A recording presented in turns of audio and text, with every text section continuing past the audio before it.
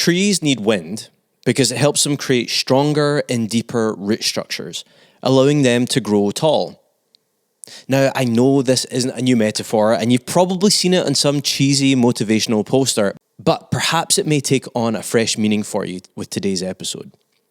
Yes, the presence of wind makes a tree grow stronger, like the buffeting winds of life make us stronger. But for the tree, there's more going on than just a bigger trunk or root structure. You see, when a tree undergoes the stress of wind or gravity, a new type of wood is formed, known as reaction wood. P.R. Blankenhorn writes this, quote, "It is formed in the main stem of a leaning or inclined tree and branches. The main function of reaction wood is to bring the main stem or branch back to its normal position," end quote. There's an area within your brain called the anterior mid-cingulate cortex that when you bend, there's a capacity within you not to just grow stronger from life stressors, but to create a structure to bring you back into position. This part of your brain only grows from effort, resilience, and persistence. In other words, it only grows when you engage with the stress. So, what does that even look like in our maturation journey? When pain and suffering hit, reactivity shows up differently in all of us. But what is a mature response? Is it true that God won't give us something we can't handle? How is pain redeemed? What can we do about it? Or, like a tree, will we break? Or just bend? That's this week on A Little Better. Our goal on this podcast is to know Jesus better and with the power of His Spirit, do better. So together, we can be a little better. Welcome back to the A Little Better podcast. My name is Calum, your host, and today we're continuing on in our series called In the Making. So our podcast is all about helping Christians mature in their faith, and this series, In the Making, is all about Christian maturity. We want to help you mature in your faith. And if you haven't already, there's already been a couple of episodes that have come out. I'd encourage you to go back and listen to them. But this week, we're hitting our first of our 4 Ps called Makers and Markers of Spiritual Maturity. And we have a very special guest with us, Matt Sones, who's been on the... Not the special guest. You're not a special guest, but Matt and I are joined by Christine Jean-Jacques. It's so good to have you with you. You've been, I think I saw on your LinkedIn, you've been a therapist, psychologist for almost 20 years now. Wow, that's amazing. Right? And then you also have a military background and you practice within the context of the military, am I right? So you used to be in the Air Force and you're currently in the Army Reserves. Yes, that's correct. How has that experience shaped your practice as a psychologist and therapist? I think that one of the benefits of serving in the military is I have that intimate understanding of military life. At this point in my career, I primarily work with veterans who are filing mental health claims with the VA. And so I think it's useful for them to be able to sit down with a psychologist who understands the demands and the rigors of military life. One of the things that veterans often say is that, when they've met with other therapists who haven't been in the military, it can feel awkward because there are some things that it's hard to understand if you haven't had that lived experience. And so I think that, wearing that hat of a veteran and of someone who's actively serving makes me more effective at what I do. Mm-hmm. It's such a common thing that I hear of, like someone else has gone through it and it brings some solace, empathy towards us when we're going through it. And I think that's such a theme. Even as last week we talked about the relationship with us and God, us and others, us in creation, and ourselves with ourselves. Mm-hmm. There's a relationship dynamic between us and ourselves. But this week we're hitting on pain, and even in the context of relationships, it's really important when someone else understands your pain, has lived our pain, and nobody more than Jesus, who says, the scriptures say, empathizes with our pain. But let me ask this first. For you guys, why is pain such an important piece when it comes to maturity? Why is it a maker and marker? I mean, I think when I look at my life, and I think when most of us look back at our lives, the times that we've grown the most are the times that we've experienced pain. Now, it's not always that way, but God does seem to have a way of using the challenging parts of our lives to grow us the most. Any thoughts, Christine? I completely agree.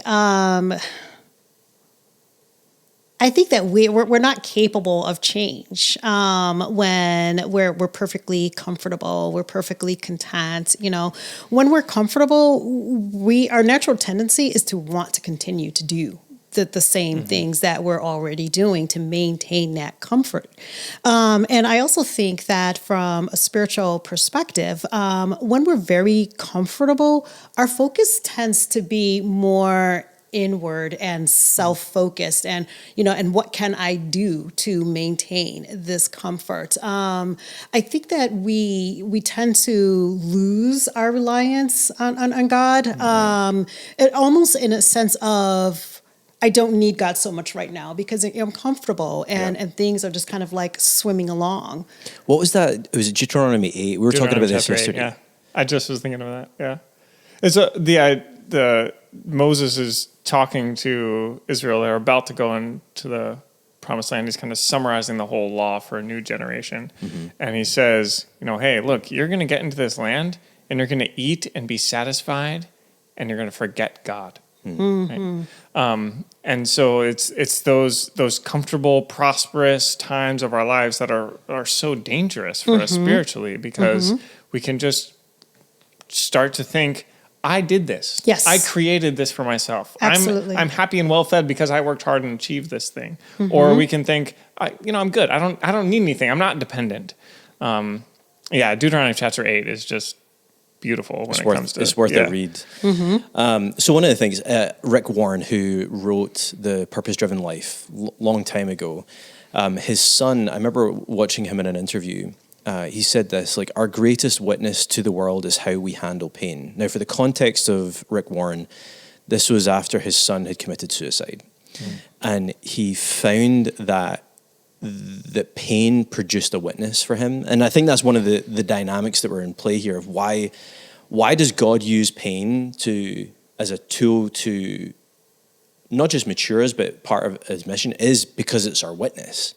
And I think going on from that, there's something about pain that goes deeper than knowledge, that for transformation to actually happen, it can't just sit in a knowledge base. It has to go through your emotional center as well. I mean, we have two parts of our brain, the right brain more rational and the left brain more emotional. And there's something about pain that goes through emotion. And Todd Hall, I've quoted relational spirituality a bunch before, but for pain to have its purpose, it must shake or shatter our beliefs, what we know to be true. There's just something about the kind of breaking down of, and it requires something deeper within us to find the kind of roots of idolatry that goes on within us. And it's more than just, I know this is who God is, therefore I can just believe this, but he wants more than just our knowledge, right? So I don't know if you guys have any other thoughts. I think, when you say, like, he wants more than our knowledge, right? He doesn't want us operating strictly from like that headspace, where we're just kind of like intellectualizing everything. But, God is continuously after the heart.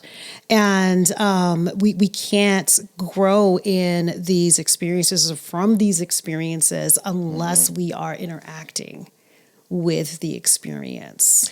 Todd Hall, to that point, he also said, research suggests that the amount of growth one experiences is directly related to the amount of intentional engagement with the trial.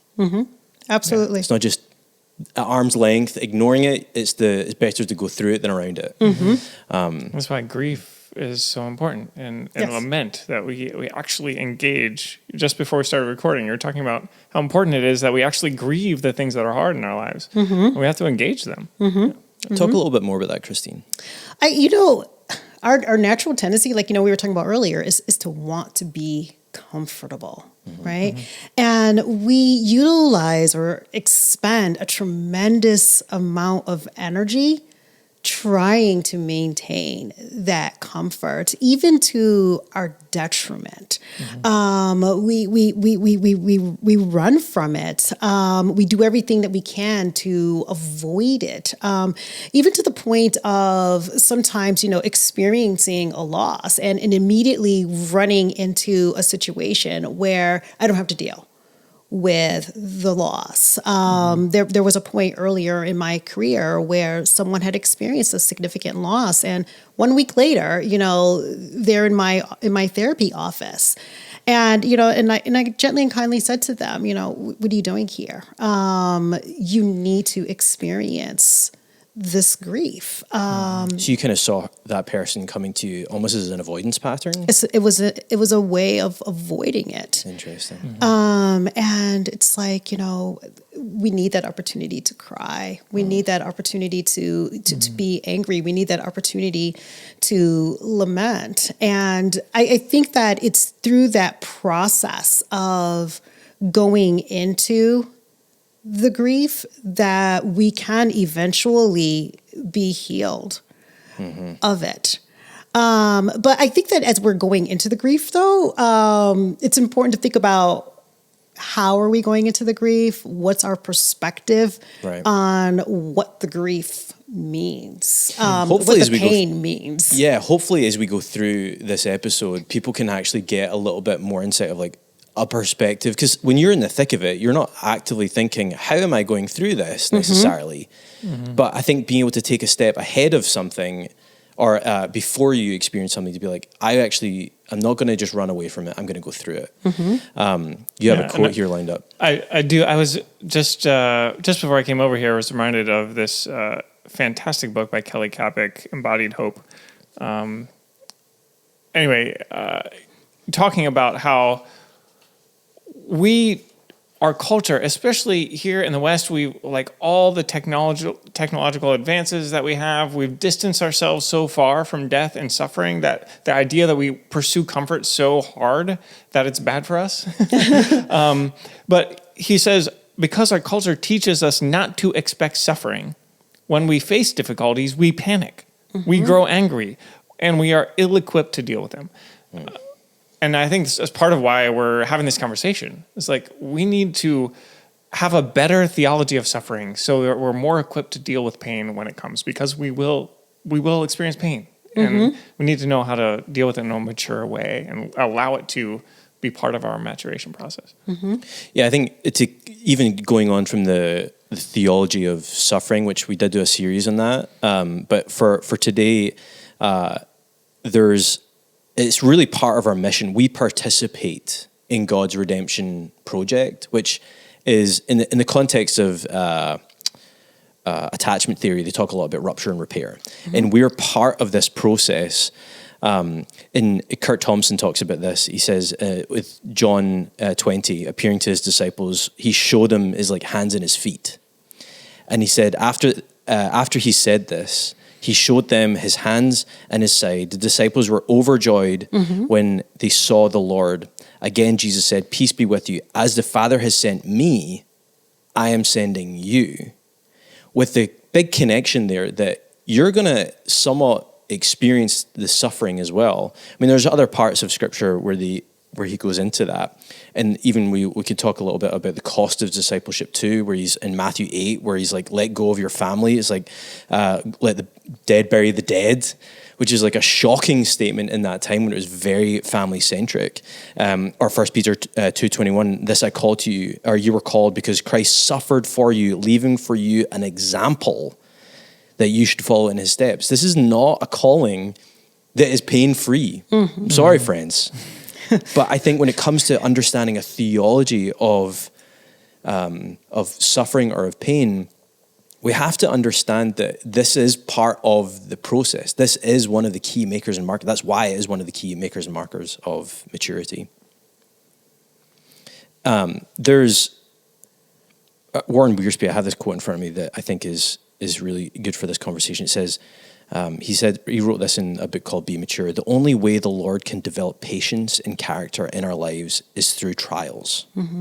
Endurance cannot be attained by reading a book, listening to a sermon, or even praying a prayer. We must go through the difficulties of life, trust God, and obey him. Such a wise piece of advice. Before we move on, any other thoughts before we dig into, we have 5 points to do with pain. So what else have we got? Why is this like a key maker and marker? How is this a maker and marker for our maturity?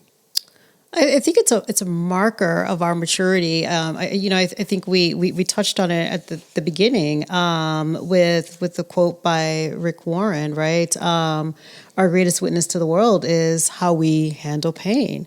Mm-hmm. How do we handle the pain, right? Do we handle it with, for lack of better words, screaming and crying and walking away from our faith? Do we handle it with bitterness and blaming and anger?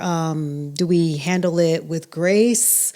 How do we handle the pain, I think, is a tremendous marker of where we are in our spiritual maturity. And in terms of a making, right? Earlier we were talking about those growth opportunities. And you were talking about how, like, when we're comfortable, we tend to fall into that, I did this, right? But with pain, that maturation process comes with that deepening lean into God. That deepening of faith, the expanding of the relationship with God through that lens of pain, as we're being comforted and we're being healed and we're being guided through what's happening to us. Well, let's dig in. So there's 5 main points we want to hit. And the first one is like the 3 types of pain. Like, we're kind of want to define what is pain. What are we talking about here? And we've got 3. The first is circumstance. So this is a very broad definition. This is like around you. Second one is consequences. This is a result of your sin. This is like from you. You're experiencing something because of something you have done in a negative sense. And the last one is chosen by you. Now, let's hit the first one. So circumstances, this is stuff around you. Talk to me about this. What might that include? Literally anything. Literally anything. I mean, and like, okay, so we're having, like, we're talking about pain, right? So it's a hard conversation, right? Things that happen around you, abuse, violence, witnessing illness to others, anything that can happen to you, I think falls under that category of circumstance. I think persecution probably comes under that as well. We feel probably a little bit removed from some pretty awful persecution that happens to Christians around the world, but stuff that's around you. I mean, 1 Peter 4:12 talks about expect a fiery ordeal. Or there's a note here too, is like 1 Peter 2, there's like sometimes we'll suffer because of a fallen world. There's these things because and we talked about that in our previous suffering series, where it's a fallen, sinful world, and we're going to have, I think Comer references, I don't know if this is his thing or someone else's, but there's the sin in you, the sin by you, and the sin all around you. And there's so much of that, of the sin around us, that we have to deal with the blowback, whether it's particularly the sin of others or the sin of this world that we have to experience. I had a really interesting conversation with a colleague when I was in Korea last year. He was really angry about the pain and suffering that's in the world. And he was angry with God, and how can God permit this suffering? And is he a Christian? He's a Christian. And I came at him through the lens of, this is a fallen world that we're living in ever since that very first sin, right? So these things are not happening because God is asleep at the wheel. Right. These things are happening because of the fallen world that we're living in. All sorts of awful things can happen in this world. I think that I'm going to read an extended quote, so I'm going to apologize in advance. But I think this is just a really helpful for me when I think particularly about like how we experience physical pain or the pain that happens to us, those things that just seem unfair. And sometimes in our Christianity, we try to build this theodicy, this idea of that we can answer the question, why does a God who's in control and loving allow suffering? I think this is really helpful from Kelly Kapic. He says, such explanations assume that some good outcome can nullify or justify the pain, but this is not so. A tragedy is still a tragedy. Pain is still pain, even if some insight is gained in the process. We may hope that God has reasons for allowing suffering in his world, but that is very different from thinking we have access to those reasons, or we can understand why a particular experience of suffering is taking place. Pastors and friends are not called to explain away the pain or to try to give moral lessons for why a particular event is happening. We are simply not privy to such information. While God can and does bring about good through our suffering, that is not the same thing as knowing why God allows it. Nor is it the same thing as saying that God thinks our suffering is good. If we believe that God thinks our physical suffering is essentially good, we misunderstand the Creator and Redeemer, and we are brought to the temptation of having hard thoughts about God, believing him to be more like a dispassionate scientist or a cruel tyrant rather than a loving Father. While it is true that amid our fallen world, God can and does work through our pain and suffering, that does not mean he delights in our discomforts. And it does not mean we can substitute theoretical reasoning for justified lament. Well, that is beautifully said. I think for those of us who are suffering, and if you're in pain and you're listening to this podcast, thank you.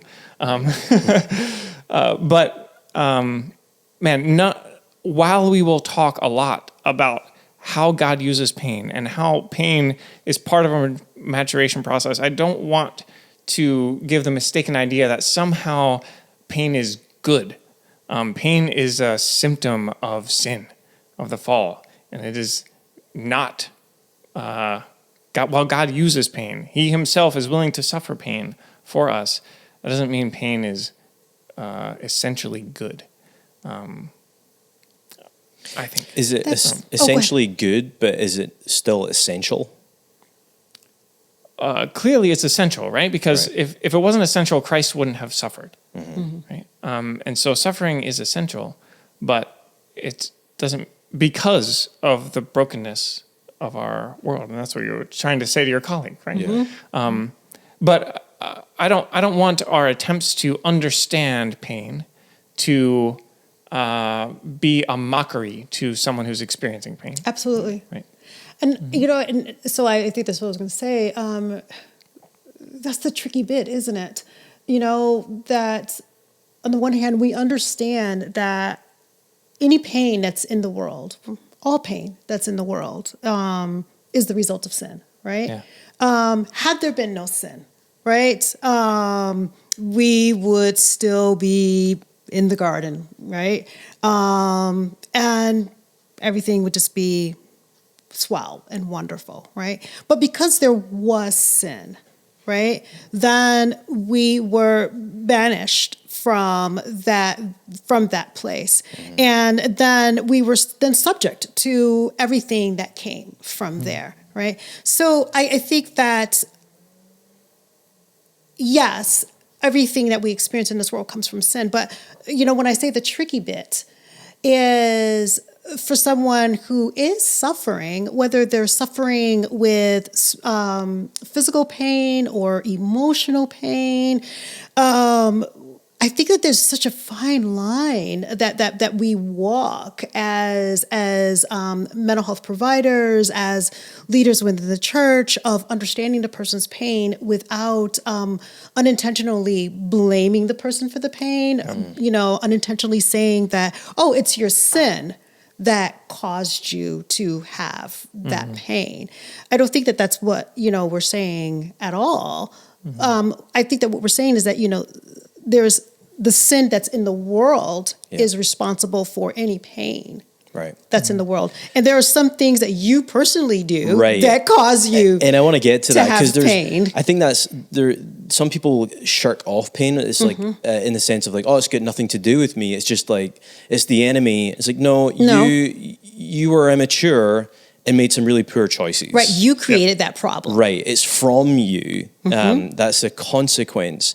But then what's interesting is the chosen part, like chosen pain. Because I think that there's an element where it seems a little funky. Like, why would we choose pain? And I'm not sure, like, just seeking pain, that's masochism, where you just want to search out for pain. We're not saying that necessarily, but choosing to do the right thing, choosing to deny yourself, choosing to suffer like Christ suffered is part of what he's called us to do. And that requires a choice. It's not just going to happen on its own, but there's a choice that we need to make. I love James, who's the brother of Jesus, had a nickname called Old Camel Knees to describe how his posture of prayer. He was praying so much that his knees were like camel's knees, which were quite knotty, calloused. And to get to that point, you're not just praying in comfort. Right. You're not praying on a soft pillow or mattress. You're probably praying on the ground. Would be my guess. That's hours at a time. Hours at a time. And there's a choice that he made to do that. I also think of Ruth, who stayed with Naomi. There was a choice there. Is that the fun thing, to stay with your mother-in-law after your spouse dies? No, probably not. You probably might want to go off, but she was like, no, I'm going to stay with this woman and choose pain. The next point here that I'd like to get us to is like understanding our woundedness. Now, this is more about how we approach pain. We have some underlying patterns or coping mechanisms that I'd love for you to talk to us, Christine, about this. I heard this from Brene Brown. She says this that might tee up this conversation of one of the biggest findings in my research over 25 years is it's not fear that gets in the way of us being brave with our lives and our work. It's armor. Everyone is afraid. It's okay to be afraid. What's dangerous is the armor we reach for to self-protect when we are afraid, and how that armor moves us away from love, connection, and our values. In other words, what she's saying here is it's our armor that we try and protect ourselves to avoid pain. So can you talk to us, how do we know if there's pain to deal with, and what's some of the factors in which how do we know if it's a coping mechanism that is unhealthy? Talk to us a bit about that. I think that, how you know that that there's pain that needs to be dealt with is looking at the outcome of the avoidance. Behavior speaks louder than anything else. When there's something happening in our lives that needs to be dealt with in some way, it's going to show up. In what ways? It shows up in an assortment of ways. It may show up physiologically where, we may not be sleeping. Lots of trouble getting to sleep, lots of trouble staying asleep. Our mind is just kind of like running around in the middle of the night. It may show up in the way that we interact with others, becoming more easily angry or agitated.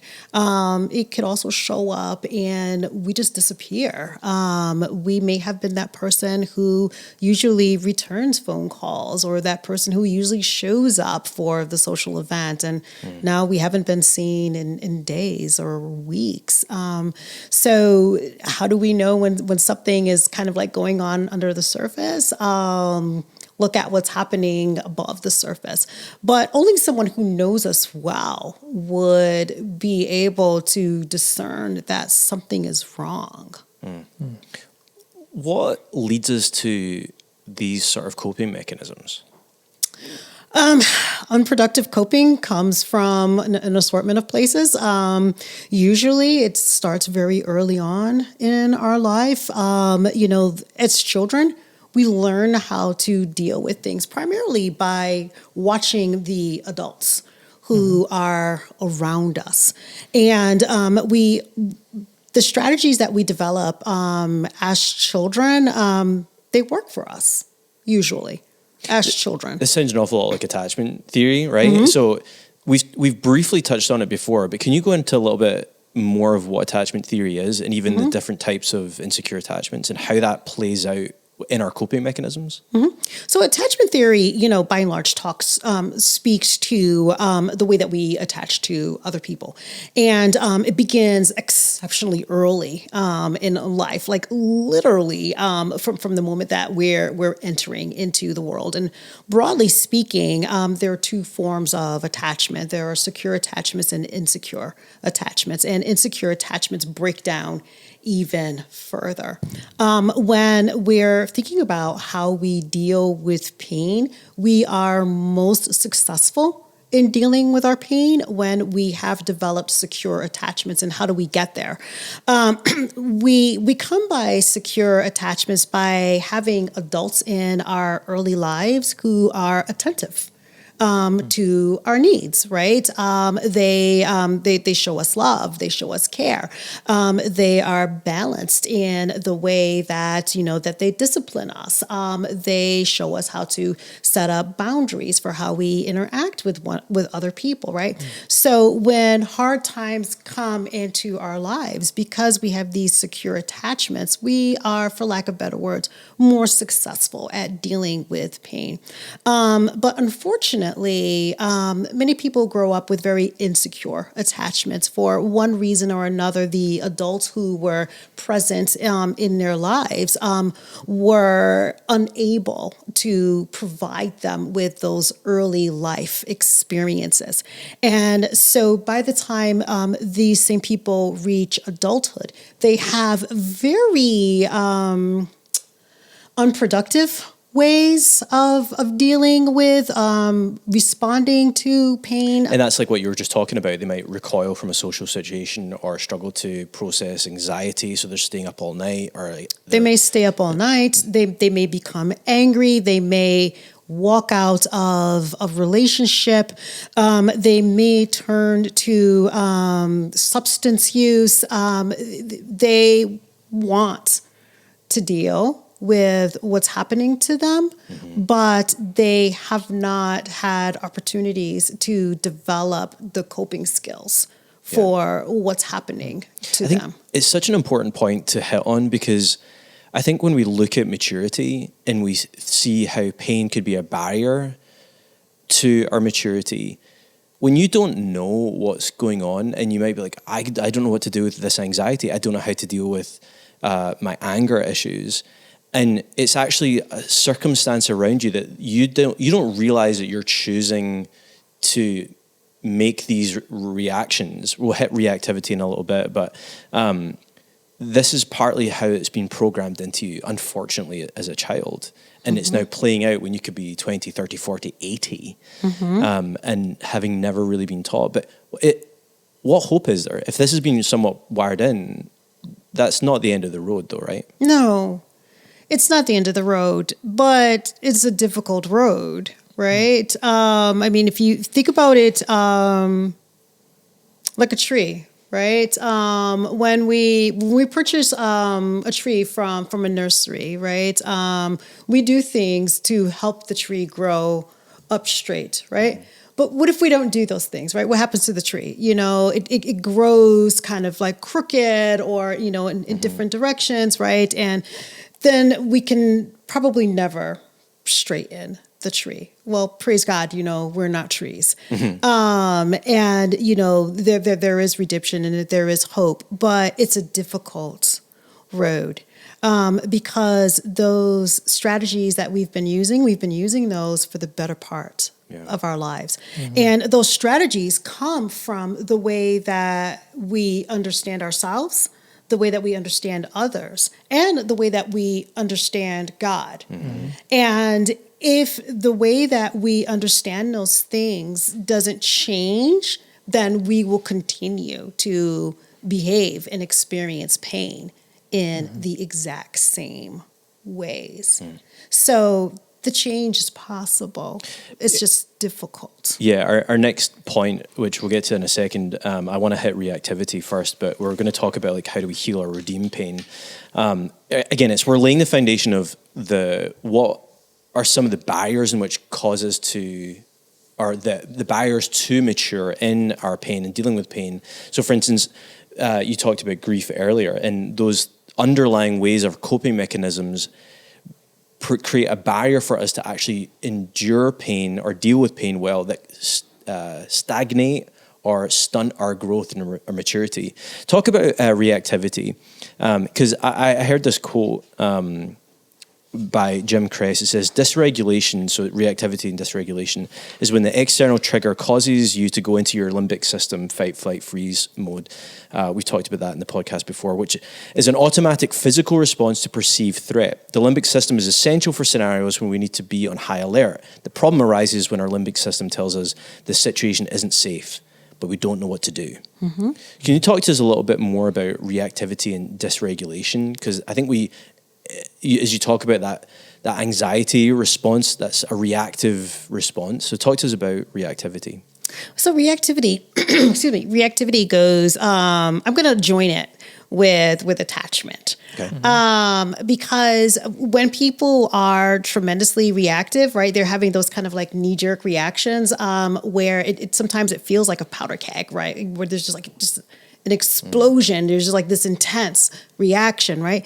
All of that is coming right out of those insecure attachments, that understanding that it's all on me. That there isn't anyone else that I can rely on, right? So then, of course, I'm experiencing these very intense reactions because when something happens to me, and, as the casual observer, right, you're thinking to yourself, wow, that was so benign. I'm like, what just happened here, right? But when something happens to me, I have this automatic thought that it means something that it doesn't necessarily mean. And the reason that I have that automatic thought is because it's attached to a deeper belief that was formed very early on in my life, right? So the belief informs the automatic thought, which then triggers the reaction. And it all started with this seemingly benign thing that brought back a painful memory that was attached to something much deeper. Does that kind of make sense? How that chain of events works? Yeah, it's really, am I right in thinking secure attachment is really established from 0 to 5? Yes. Or is it further than that? No, 0 to 5? I think it's even earlier than that. It's like, I think it's more like 0 to 3. Okay. Which is wild to think honestly, as a parent. Both my boys are 5 and 7 right now, and I'm like, oh no, what have I done? And hopefully the fruit that comes back isn't all bad, but it's amazing just that short window can do so much. So much damage. And it's such a responsibility that I think both from an understanding for parents out there, but I think it's not just parents. There can be that's why I think God as a father can also help heal some of those attachment issues. But having key, what's the term? It's not provider. Key relationships, like a grandparent or something that shows you how to have a secure attachment. And that can easily cause triggers later on in life. If you're abandoned, any sort of semblance of abandonment later on in life produces this probably visceral reaction in someone. Or I've talked about how like control for me when it comes to the deep idol rubric from Tim Keller. It's like, for me, I don't really know where it stems from, and it's not necessarily knowing where it specifically stems from, but I when I don't feel like I have control, then I get anxious, or I feel uncomfortable. It's a visceral reaction. Yeah, it's like it's part of your body. It's not this necessarily a belief that I have in my head. It's something that like comes out of my body. Right. You know, that's in some ways deeper than the thoughts I think actively or consciously. And how gracious is it that God would choose to give us things to go straight to that? That he would orchestrate things that he knows those little idiosyncrasies, the pains, the parts of us that really need healed. And the surgery is through pain. And he pinpoints it because it does come up through our bodies. It does come up through that emotional part. And that's why it can't just be thought of. It has to be felt at the same time. Any more to add when it comes to reactivity or dysregulation? I'm sorry, say that. Do you have anything more to add when it comes to dysregulation or reactivity? Not necessarily, other than like, how do we cope with those things? I'm just gonna do like a quick tie-in to what you were saying about other relationships, right? So even if those primary relationships were not what they needed to be, there are other relationships that we have over the course of our life that can make up for that. Most ultimately and most importantly is our relationship with Christ that we develop, right? That's the most healing relationship of all, because we never have to worry about being abandoned by Christ. But in addition to Christ, right, we also have those horizontal relationships with other people, and those also can be healing for us. Well, let's hit healing. This is the good side. It's like, cool, what do? We have these different types of pain. There's some reasons why there might be some barriers and how we react and stuff like that. But like, how do we heal? And I'm going to say and redeem, because I can't remember where I heard this, but there's a difference between healing and redeeming. Healing is like nothing happened, and redeeming is it's like something happened, but it's being redeemed. And some things might never heal, but all things can be redeemed, and they're kind of overlapping. But at the end of the day, and we can look at it from like the pain within us. How do we repair the ruptures within us? And because a lot of that stems from our pain from other people, how do we repair the ruptures with other people? But let's hit like, how do we repair the pain within us? I know there's a whole host of different reasons where that it could be circumstantial, it could be consequences, it could be chosen. How do we heal that pain within us? I want to go back to that, actually. I'm glad that you mentioned that. If you think about, right, the three sources of pain, the pain that's circumstance, right? It's the pain that happens around us. It's the pain that happens to us. Consequential, right? That's the pain that comes from our, for lack of better words, poor choices or unwise choices. And then there's the pain that's chosen by us. I think of the pain that's chosen by us is, sometimes we're doing the right thing, right? We're standing up and saying, I'm not going to engage in this gossiping conversation. Or, I'm not going to permit myself to become angry and bitter and then say something unkind. I'm going to choose forgiveness, right? I'm going to do the thing that is not popular. I think that pain that's chosen by you is easier to deal with because you chose it. Yeah. Right? Makes sense. Right? You're in control, right? So there really isn't any room for bitterness and difficulty. It's the pain, I think, of circumstance that's the hardest to deal with. Pain, consequential pain, pain that results from your unwise choices. Yes, that is difficult to deal with, but with a bit of insight, you can understand that. Yeah, I messed up. Right, of course. right. You created this dragon, right? And so now you're dealing with the fallout.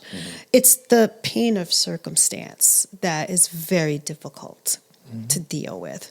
And unpack that. it's difficult to deal with because we're not in control. It happened to us, whether that was illness or abuse or, a natural disaster. It happened to us. And anytime that we find ourselves in a situation where we have little to no control, it's very difficult for us to navigate our way through that situation. So let's zoom in on that. When it's outside of our control, that's the hardest one. What do we do about it? How do we heal? How do we redeem it? What's that process like? Okay. Well, we can't redeem it, right? Only God can redeem it.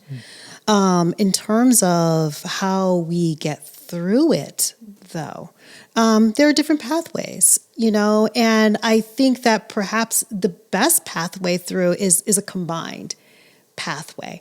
And when I speak to that combined pathway, what I'm referring to is sometimes we need to speak with a professional, someone who is specifically trained to help us understand the source of that pain and help us reach a point of reconciliation with that pain. And when I say reconciliation, part of that process is accepting that this happened to me. And being able to create a space of embracing the pain, not saying I love this or I like this, but being able to say this is happening to me. And I can make adjustments to my life to deal with this, right? So that's the therapy side of it. So it sounds like being able to just face it head on. Being able to face it head on. Being able to accept that it's happening, and moving away from that fighting stance of, I'm gonna fight this and I'm gonna resist this and I'm angry and this is unfair, right? All of that is a stance of non-acceptance. The stance of acceptance is saying, this is happening. Yeah. I don't like that this is happening, but I can learn how to deal with what is happening. So that's kind of like the, I suppose, us side of it, the therapy side of it. And there's also the spiritual side of it, and a recognizing that I don't have to figure this out by myself. That there is a God who loves me and cares for me and is there for me and will help me to go through this. One of the things that was in the notes, I think was, it's going to escape me. No, I'll come back to it.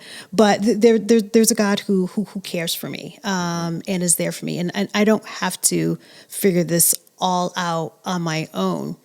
And on top of that, and this is where I think spiritual maturity comes in, a trusting that I don't have to have the answers for this.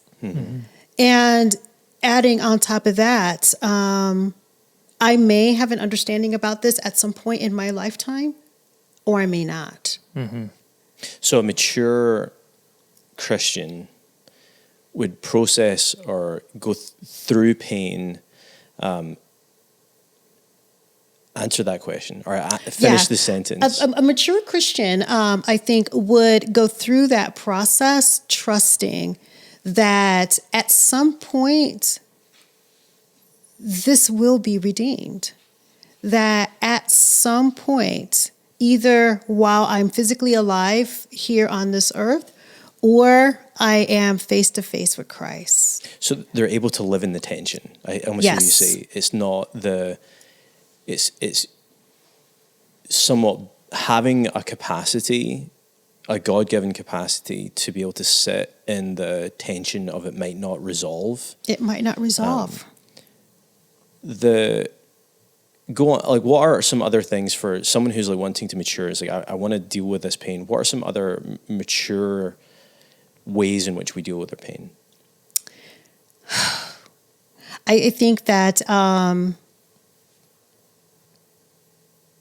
some of the ways that we deal with the pain in our day-to-day lives is taking a hard look at how are we living What do you mean by that? our life, right? Am I burning the candle at both ends? And so I'm exhausted all the time. I don't permit any Sabbath opportunities into my life, right? So whatever pain I'm in is exacerbated by that continuously pressing and going and grinding, right? I'm going to kind of like break it all the way down into basics. What are my nutritional habits like? What are my sleep habits like? What are my relationships like? What sorts of boundaries do I have with other people? What sorts of disciplinary habits do I have for myself?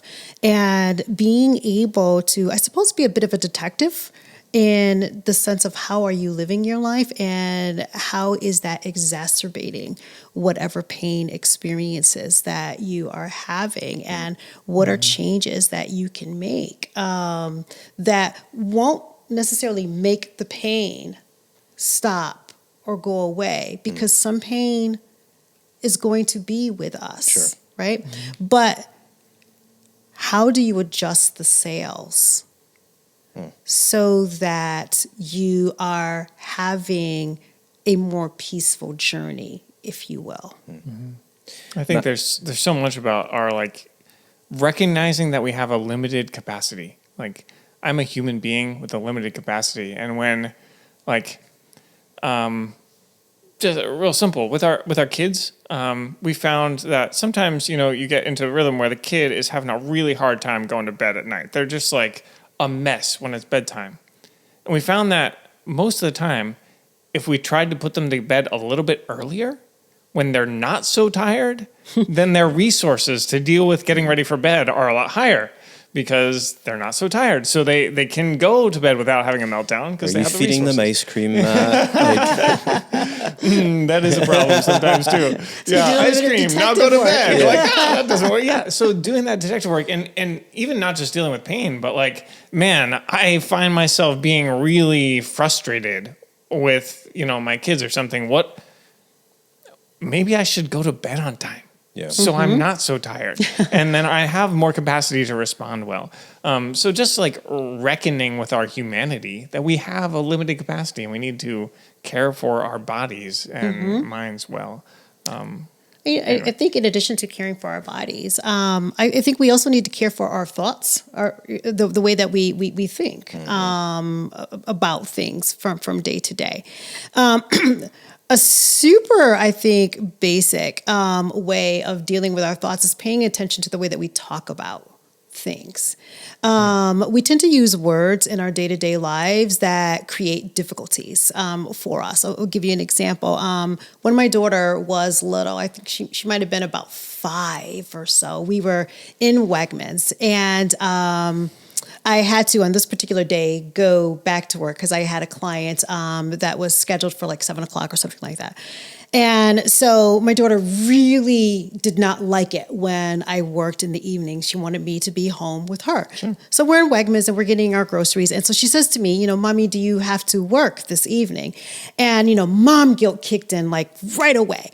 And, and I sighed and I said, yes, Kayla, yes, I have to go back to work. And then her little face fell and then I felt awful. And I stopped right there. And I said to her, no, Kayla, honey, I don't have to go back to work this evening. And she kind of brightened up. But then I finished.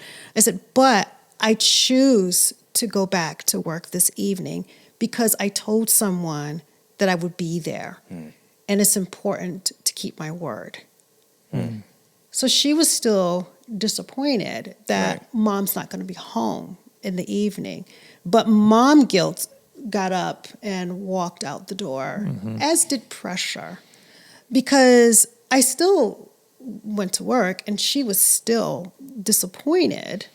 But because I shifted the way that I was talking about this and thinking about this, I didn't feel so pressured in that situation. And it also gave me space to hug her up and tell her that, okay, I know that you want mommy to be home, but, I promise when I get home, there'll be an extra story for you. Because ultimately it is good for our children to experience disappointment, because part of how we learn how to deal with pain as adults is being given opportunities to experience pain as children. What is, because I'm wondering if someone's listening out there and they're like, is there something I need to deal with? Probably not. We're probably going to err more on the side of avoidance. What are some of the things or the signals that someone hasn't dealt with a pain? I know you mentioned earlier with that kind of reactive response, which I think is healthy. What are some other areas or barriers to someone's maturation when it comes to their pain? That there's like, no, this is a sign that you need to do some work. I think look at what's going on around you. Are there things in your life that you need that are being unmet? Are there things in your life that, and when I say need, I'm talking about actual needs, not I need the latest video game and I don't have enough money to get it. Are there things that are happening around you that are very unpleasant or very uncomfortable? Are there difficulties in the way that you are relating to other people, right? And they say to you, you're always angry or you're always upset or, you're always tired. You're always tired, Are you finding that, there are definitive goals that you can't accomplish, right? Because you feel too anxious to go into certain spaces or to do certain things, right? I think that, the indicator is what in my life isn't working. That might indicate to you that there's some unresolved things that need to be addressed. And sometimes I think, we don't necessarily have the insight necessary to recognize that. We may think, that everyone else is the problem. Yeah. And so it kind of goes back to who are the people who know us well and who are the people that we trust. So critical why we talk about those relationships with God, us and others, us in creation, us and self, is because I think even creation can be such a healing place of like being able to go for a walk. Exercising outside is so rejuvenating to our mind and our soul. I think just to interrupt that too, I think is sometimes, at least my fairly recent experience is sometimes God just will prompt and say like, hey, deal with this thing, right? And sometimes it's the Holy Spirit in this scripture that will come and say, or I had a dream 2 Januaries ago of meeting my biological mother and sister, and that was part of launching me on a journey of actually finding them, and encountering some pain that I had buried for almost 40 years, right? And so like sometimes God just brings you to a place where this is something I was trying to pursue, or I didn't even realize there was pain involved in it, that needed to be grieved, but there it was. And so sometimes there's a process of discovery for us that comes from God himself. Yeah. Great point. This next point's a bit odd because we are in many ways saying embrace pain, you've got to go through it. But when it comes to boundaries, this is such an important one, especially if we're talking about abuse. But there's an element where there's this great quote from Lisa Turkhurst from her book, Good Boundaries and Goodbyes. It says, when we're hurt, good boundaries and goodbyes help us to not get stuck in a perpetual state of living hurt. Now, the reason for that is that we're not just kind of stuck in this living state of hurt. Because if we're just stuck in that living state of hurt, then it kind of cripples us from actually being who we are supposed to be. So I'm wondering from you guys, what sort of boundaries should we set up? What are some healthy boundaries? Not an avoidance pattern, but when it comes to boundaries so that pain does not overcome us. I think that, perhaps the most basic of boundaries is being able to say no to things that we don't want. And ironically, even though this is the most basic of boundaries, is probably one of the hardest of boundaries. Just saying no. To say no.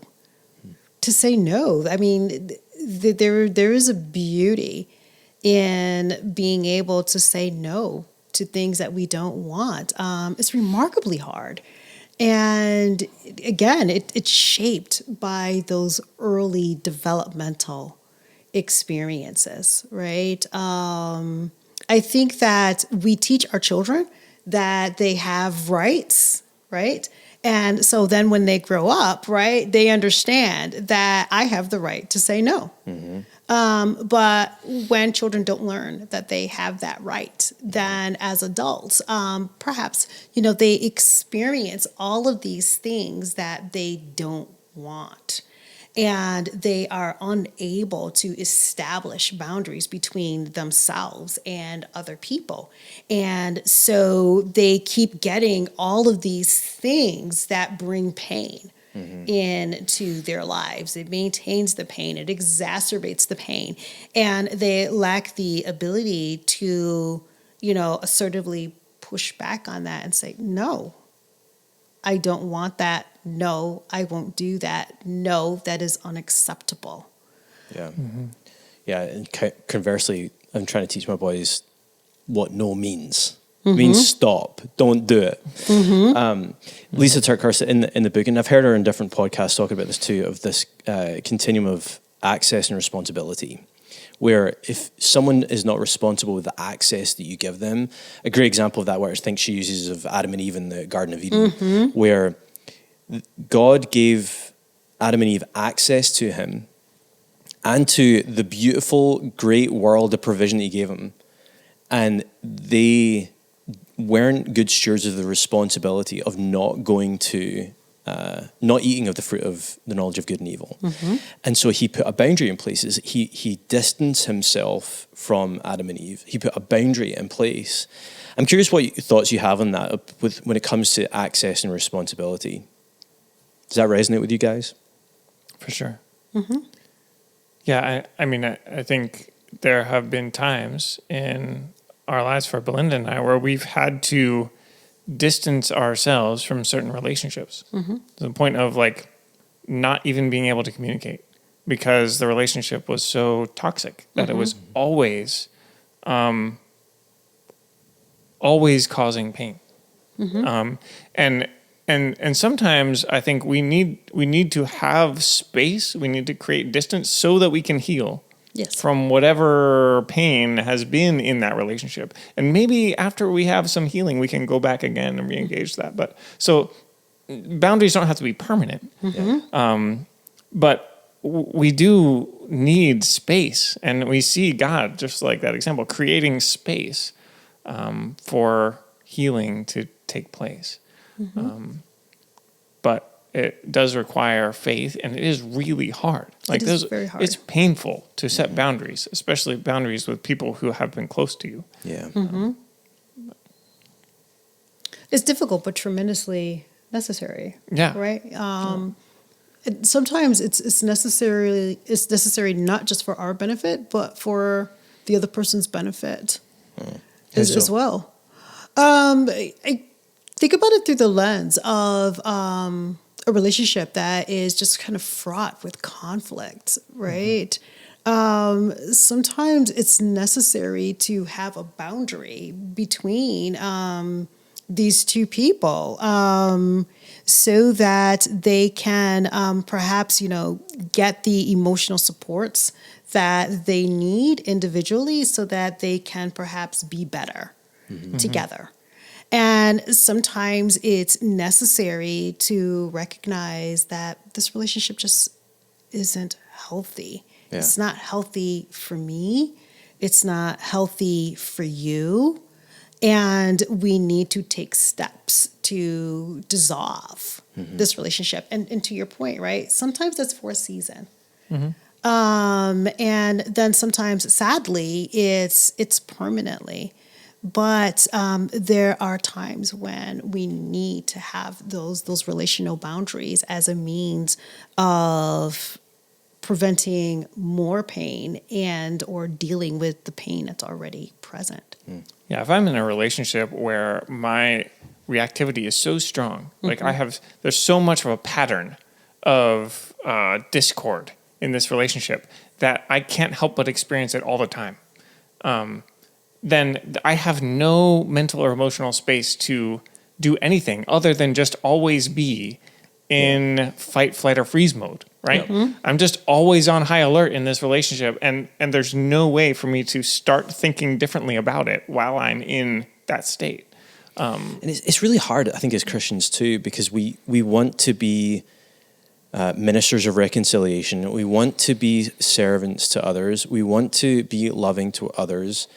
And so it seems counterintuitive, at least from a Christian perspective, to distance yourself from someone that almost needs your love. But the point is, like, there is a need for healthy relationships because toxicity is not how God orchestrates it. He even had to distance himself too. You think, even in very simple ways. Jesus was doing some incredible ministry, and then, they wake up in the morning and everybody's waiting for him, looking around for him. They can't find him. Where is he? He's off in the wilderness praying, right? So he distanced himself to take some time to be close to his Father. And that's just like a really small example, right? But he wasn't where everybody expected him to be. Yeah. Right. I wonder too, because when it comes to taking, like, the amount of ministry that he did, the amount of hurt people that he dealt with, I'm coloring in some of the words here, but as you're talking about, and as we had our last point, where it comes to attitude towards pain and being able to go through it, it's probably an appropriate time for him to actually deal with the pain that he's experienced. Not necessarily he is experiencing it himself, but he's witnessing it in other people that has got to grieve his heart.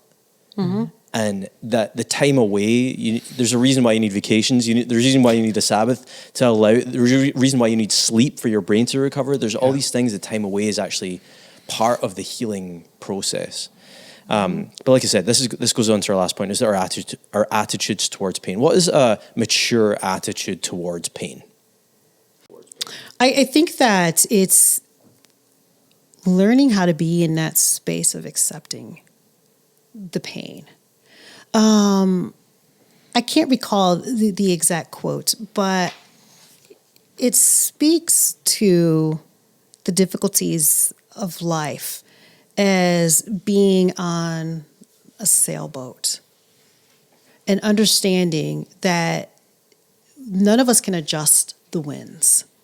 The winds are going to blow where the winds are going to blow.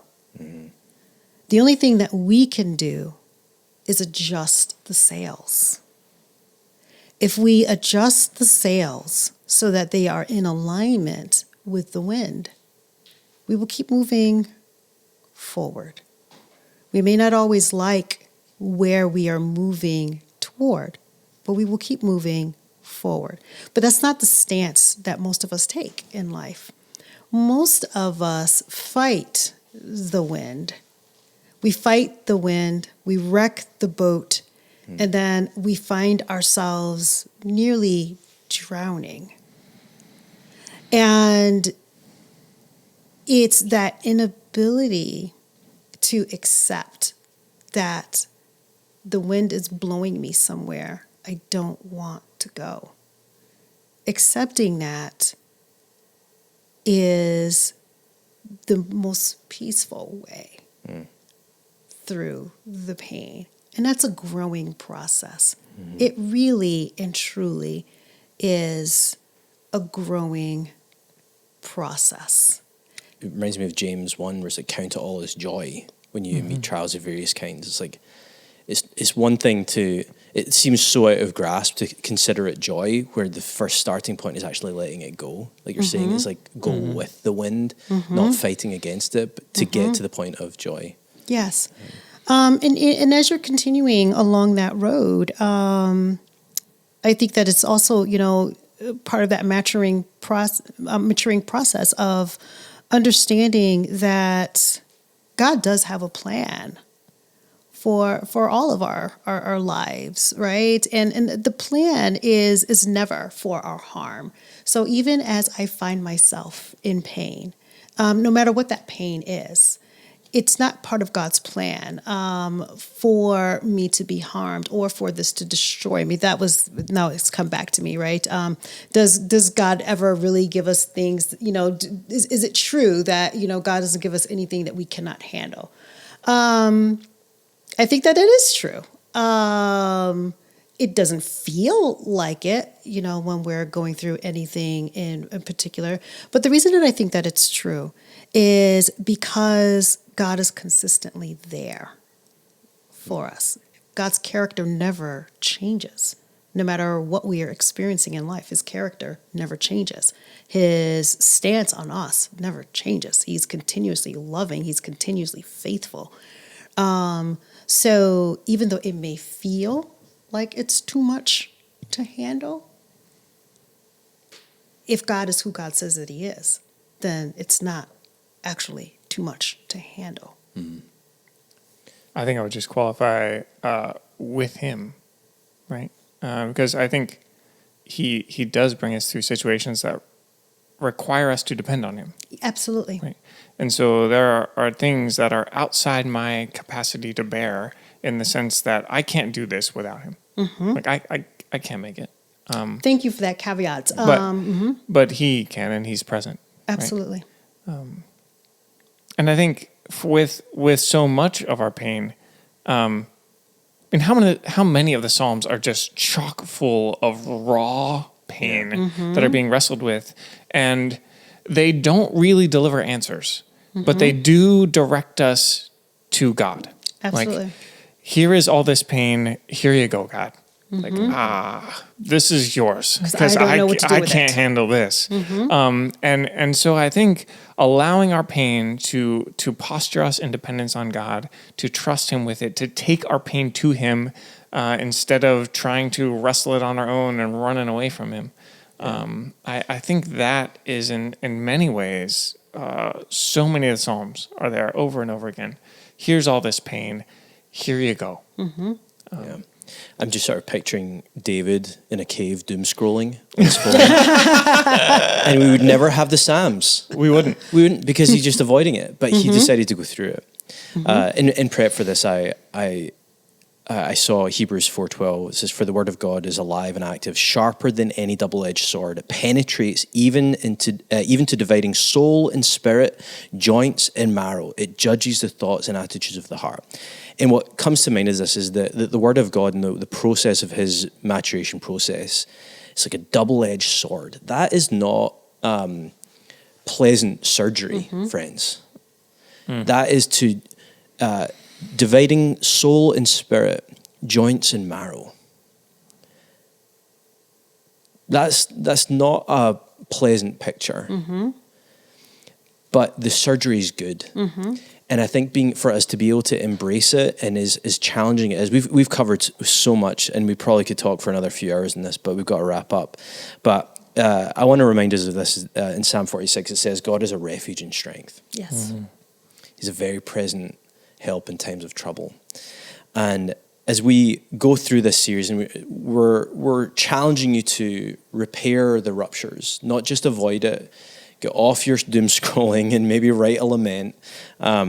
Maybe go see a therapist that you need to confront your hurt about. Go talk to a friend, ask a spouse, a close friend, is there something off here? There's lots of really good things. And I'll end with this. Warren Wiersbe, he says this: trials work for the believer, not against them. It's working for you, not against you. It's hard to go through it. It's hard to face it. It's hard to embrace it. But at the other end of it, there is going to be maturity, and you're going to see God in a deeper way. So hopefully this has been an encouraging conversation. If it has been, maybe share it to a friend, and continue on with this next week. And remember, we become better. We become a little better when we love God and others a little better. See you next week.